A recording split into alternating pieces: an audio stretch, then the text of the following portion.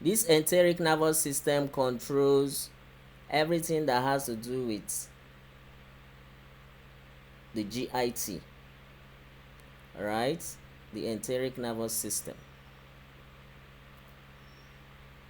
So, in summary, neurophysiology or the nervous system is divided into two main parts. Like I said, the CNS and what? The PNS.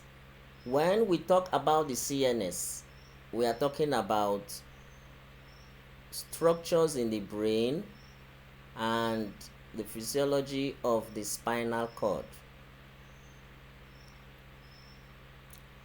So this part of neurophysiology, that is the central nervous system, focuses on the brain and the spinal cord, whereas the PNS itself is subdivided into efferent or motor neuron and afferent or sensory neuron.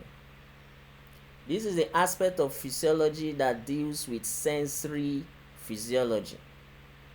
Alright, how we receive stimuli from the external and the internal environment. We shall get to that. And then I said that the efferent or motor neuron is subdivided into two parts, which are the autonomic nervous system and the somatic nervous system. Autonomic nervous system controls voluntary movement, while the autonomic nervous system controls involuntary movement, while the somatic nervous system controls voluntary movement. I rounded up this part by stating that the autonomic nervous system is divided into three main parts or wings. You have the parasympathetic nervous system, the sympathetic nervous system, and the enteric nervous system. These aspects of neurophysiology has been taught in your year 2 when you did PIO 203, that is excitable tissues and ANS physiology.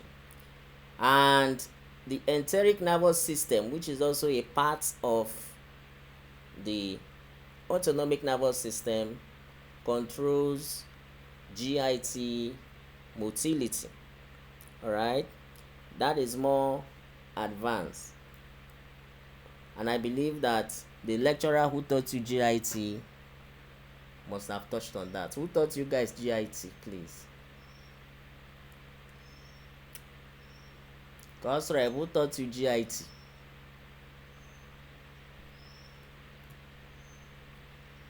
These students are sleeping.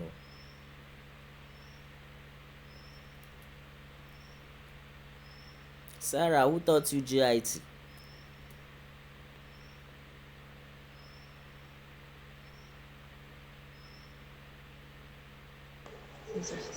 Sir. Huh? Come. We have two I Sarah cannot in this remember his class. name. Huh? Yes, sir. Sarah Ekong, you have been answering questions. This Obu Sarah, she doesn't talk. Obu Sarah, who taught you GIT? Sir, you are the one. Me. Obarema, are you sure? Amara. Yes, I'm sure. Amara, I hope we did enteric nervous system under GIT.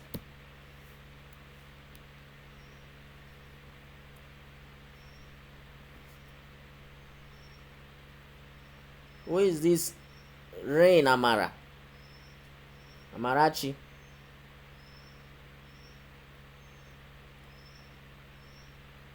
Okay. She's absent. She's not in class. All right, going forward, while we talk about the CNS, that is the brain and the spinal cord, under Neurophysiology 1, which is PIO 305, we are also going to cover the sensory aspects of neurophysiology, and that aspect of neurophysiology is known as sensory physiology. In fact, most of the things we are going to be doing in this course, that is Neurophysiology 1, are topics under the sensory physiology. Alright? And what is sensory physiology? This is the aspect of physiology that deals with how human body or human beings detects, transmits, and interprets stimuli from the internal and the external environment. Sensory physiology. How we as human beings detect, transmit, and interpret stimuli from the internal and the external environment. Examples of these stimuli are: 1. Mechanical stimuli. 2. You have thermal stimulus. 3. You have electrical stimulus. 4. You have light stimulus. 5. You have sound stimulus. What are some examples of mechanical stimulus? Yes, who knows? Examples of mechanical stimulus: touch sensation. All right, pressure, vibration.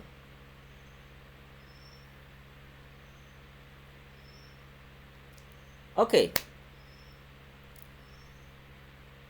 under sensory physiology, we'll be looking at somatic senses. Somatic senses. I hope you are seeing what I'm talking about. Somatic senses. And when we talk about somatic senses, the word somatic simply means body.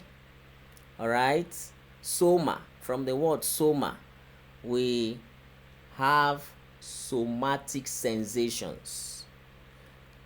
Examples: touch, pressure, vibration, temperature, that is feeling of warmth and cold. Then pain, and then we have proprioception, those sensations arising from the muscles, the joints, and the tendons. They are proprioceptive sensations. All of these are classified under somatic senses. For example, if you touch your neighbor or your roommate right now, that person senses, he or she feels that something has touched him or the body. All right, these sensations are transmitted by receptors to which convert that sensation to action potential that will be carried from the body part to the brain via, of course, the what is called the sensory neuron. All right,